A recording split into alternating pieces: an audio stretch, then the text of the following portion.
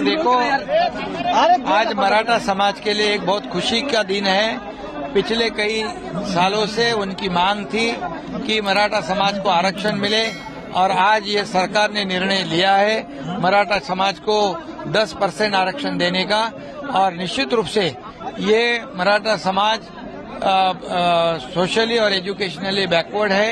ये जो backward commission जो है, स्टेट बैकवर्ड कमीशन, इन्होंने सिद्ध किया है।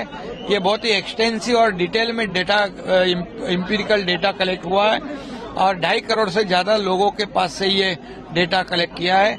और निश्चित रूप से ये रिजर्वेशन जो है ये कोर्ट में भी ये टिकेगा, क्योंकि सुप्रीम कोर्ट ने जो ऑब्जर्वेशन दिए थे, जो खामियां निकाली थी, उसे ध्यान में रखकर ये डिटेल सर्वे किया है।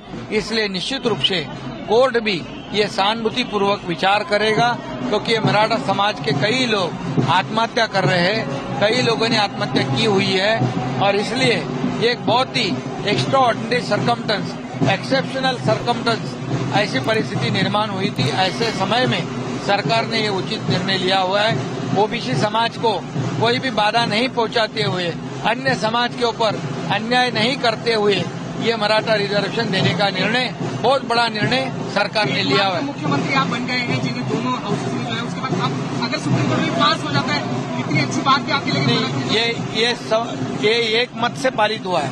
सभी लोगों ने, मैं विपक्ष के लोगों को भी धन्यवाद देता हूँ।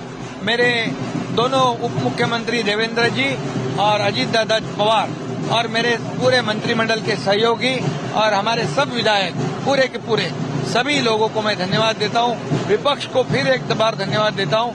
सभी लोगों ने मिलकर ये जो कानून है पारित किया है और निश्चित रूप से ये कोर्ट में भी ये पूरी तरह बरकरार रहेगा। मनोज जरंगे जी को भी मैं ये कह रहा हूँ, मनोज जरंगे पाटिल, जैसे हमने ये आरक्षण जैसे शब्द दिया था तब पूरा किया है, वैसे ही जो नोटिफिकेशन के ऊपर जो कई ऑब्जेक्शंस आए हैं उसकी स्क्रूटिनी होगी।